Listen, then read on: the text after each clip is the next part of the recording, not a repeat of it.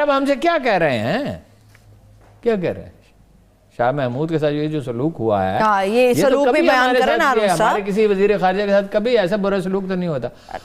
کوئی مشترکہ اعلامیہ اگر نہیں تو چلے، اتنی خطرناک بات نہیں ہے. کوئی زہرانہ نہیں، کوئی اشاریہ نہیں، صدر سے ملاقات نہیں، صرف وزیر اعظم سے ملاقات ہوئی، اپنے سفارت خانے میں پریس کانفرنس کرتے ہیں. ویزوں پہ، ہر قسم کے ویزوں پہ پابندی ہے، ہم پہ، ایران پہ، ترکی پہ، انڈیا پہ پابندی نہیں ہے. اور کیا وہ کارنامہ انجام دے کے آئے ہیں جس کا وہ ڈنڈورا پیٹ رہے ہیں کہ ہم نے یہ کہا ہے کہ یہاں جو وہ نمائش ہوتی ہے، کیا اس کو کہتے ہیں؟ ایکسپو کہتے ہیں. بس نمائش ہے، اس کو پتہ نہیں ایکسپو کہنا کیوں ضروری ہے. تو وہ ایکسپو میں ہم نے درخواست کیا، اس پہ وہ غور کریں گے. یہ درخواست کی ہارون صاحب؟ جی، وہ ہونی اگلے سال اکتوبر میں ہے. اس کے لیے درخواست کی ہے. ابھی تو کرونا ہے، ابھی تو ہو ہی نہیں سکتی. میں ہارون صاحب آپ کے الفاظ دیکھ رہی ہوں، ہم نے درخواست کی ہے اور وہ اس پہ غور کریں گے. اور ابھی ہم سے کیا کہہ رہے ہیں؟ کیا کہہ رہے ہیں؟ ایک ہی ڈیمانڈ ہے نا، ایک ہی ڈیمانڈ. دو. ایک چودھری تو امارات والے ہیں، ایک چودھری ہیں سعودی عرب والے، باقی تو غریب ملک ہیں. وہ کہہ رہے ہیں کشمیر پہ خاموشی اختیار کر لو اور اسرائیل کو تسلیم کر لو. تو یہ تو نہیں ہو سکتا. آپ کو ایک بہت ہی احتیاط کے ساتھ چلنا ہوگا، ایک بیلنس قائم کرنا ہوگا. ایران اور وہ کہتے ہیں کہ ترکی پہ آپ ریجھ رہے ہیں. یہ جو ڈرامہ ہے، آپ کو اندازہ نہیں ہے کتنے بلین ڈالر میں ہمیں پڑا ہے. ٹھیک ہے، لیکن ہمارا موقف تو غلط نہیں تھا. ہم جو مرضی ڈرامہ دیکھیں، کوئی ہم پہ پابندی لگا سکتا ہے. اچھا، ان کا دشمن کون ہے؟ آپ سمجھ رہے ہیں عربوں کا دشمن اسرائیل ہے. وہ کہتے ہیں نہیں، ہمارا دشمن ایران ہے. مسلمان کا دشمن ان کے مطابق ایران بھی کم متعصب نہیں ہے، عرب بھی متعصب ہے. مگر یہ وقت یونٹی کا ہے اسرائیل نہیں. یونٹی تو ہے جب ذاتی مفادات سے اوپر اٹھ چکے ہیں. کیا کسی عرب ملک میں کوئی حکمران عوام کا منتخب کیا ہوا ہے؟ یہ تو کہہ رہے ہیں دھاندلی ہو گئی. زیادہ یہ ہے نا کہ کچھ سیٹوں پہ دھاندلی ہو گئی. چلو فرض کیجئے مان لیں، بس لوگوں نے ووٹ تو ڈالے، نکلے تو وہاں کوئی ووٹ ڈالتا ہے؟ مصر میں کون ہے؟ ایک فوجی. اور کتنے لوگوں کو وہ پھانسی دے چکا ہے؟ کتنے بتائیے؟ میرے نالج 300 آدمی کو تو پھانسی وہ دے چکا. 300. ہاں. اور اس کے خبر بھی نہیں چھپتی. باقی بادشاہ ہیں. ہارون صاحب، ہم اتنی کمزور پوزیشن میں ہیں، مگر انڈیا ہم سے زیادہ کمزور پوزیشن میں، کیونکہ وہ اندر سے ٹوٹ رہا ہے. پھر جو ہم سرجیکل سٹرائک کی بات کر رہے ہیں تو اس کو کیسے نمٹیں گے؟ نہیں، کوئی سرجیکل سٹرائک نہیں. دیکھیے بات یہ ہے، یہ خواب تو میں 10 سال سے، ایک آپ کو پتہ زمانہ تھا کہ جب chief of army staff briefing دیا کرتے تھے اور ہم اس میں جایا کرتے تھے. اور میں ذاتی طور پہ بھی بہت دفعہ ایک چیف آف آرمی سٹاف سے ملا، دوسرے سے بھی ملا. اس وقت یہ یعنی 2007 میں، 8 میں، 9 میں، 10 میں یہ باتیں سننے میں آتی تھی.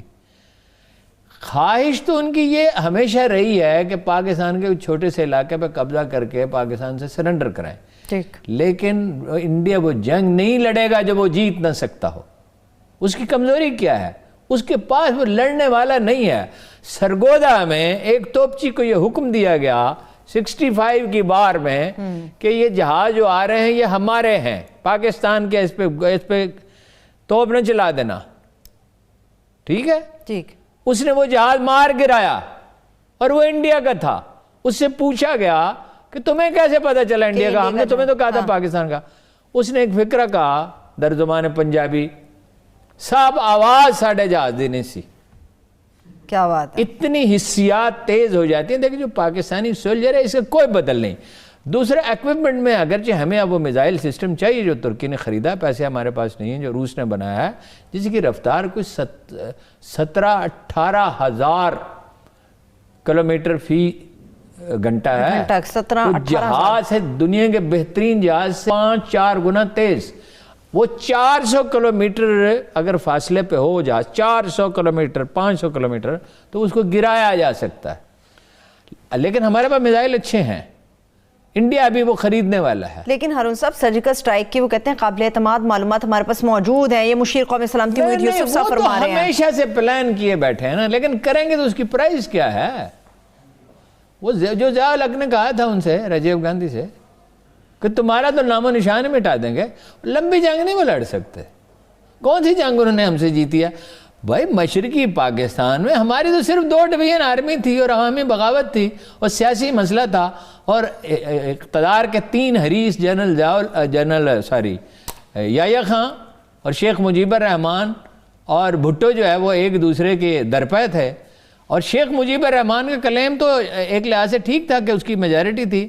بھٹو صاحب مرکزی حکومت میں حصہ کس حساب پہ مانگ رہے تھے؟ 2 صوبوں میں بن سکتی تھی. اور یہاں کس خوشی میں کہہ رہا تھا کہ مجھے بااختیار صدر بناؤ.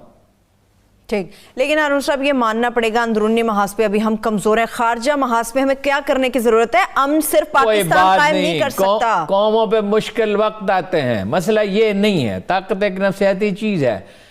مسلمانوں کا سب سے سنہری دور کون سا ہے؟ جناب عمر فاروق اعظم کا دور کہا جاتا ہے نا. جناب ابو بکر صدیق کا تو 2.25 سال کا عرصہ ہے اور اس میں بغاوت بس ختم کر دی گئی، ٹھہراؤ آ گیا. 3 شہروں کے سوا ہر کہیں بغاوت ہوگی، طائف، مکہ اور مدینہ منورہ. مکہ مکرمہ، مدینہ منورہ اور طائف کے سوا ہر کہیں بغاوت ہوگی. اس کو کچل دیا گیا، سٹیبل ہو گیا.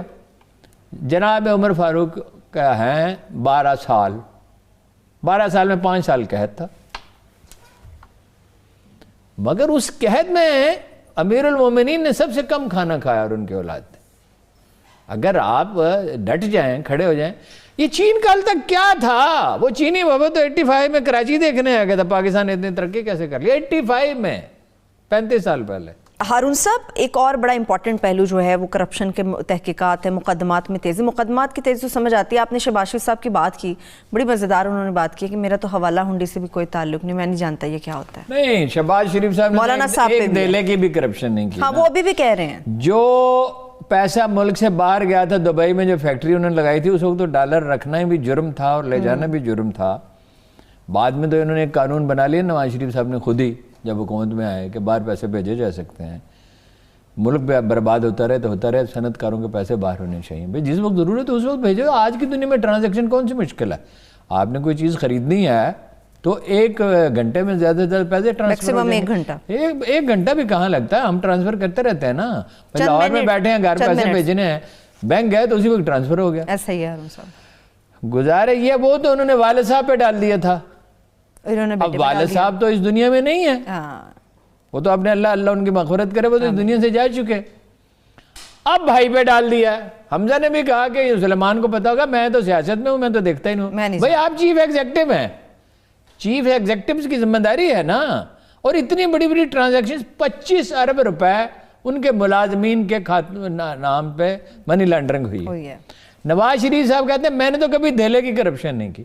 وہ آپ نے دہلے کی کرپشن تو نہیں کی، آپ کے ایک بیٹے کے 8000 گنا سستے بڑھ گئے، دوسرے کے 300 گنا بڑھ گئے، آپ کے اپنے بڑھ گئے. وہ کہاں سے بڑھ گئے؟ اس کا جواب ایک نواز شریف نے دیا تھا کہ کسی کو کیا تکلیف ہے اگر ہمارے سستے زیادہ ہے. بھائی تکلیف یہ آپ ٹیکس دیں. ملک کا پہلی بات ہے، ملک کا وزیر اعظم وزیر اعلیٰ بزنس کیا کرتے ہیں. یہ تو ویسے مفادات کا ٹکراؤ ہے. ہر تھانے میں ایک ہوٹل کھول دیں اور اس علاقے کے لوگوں سے پولیس کہے کہ تھانے میں کھانا کھاؤ، نہیں تو حوالات میں بند کر دیں گے. حکمران کیسے بزنس کر سکتا ہے؟ اچھا، اب وہ دباؤ بڑھا دیا ہے اداروں نے.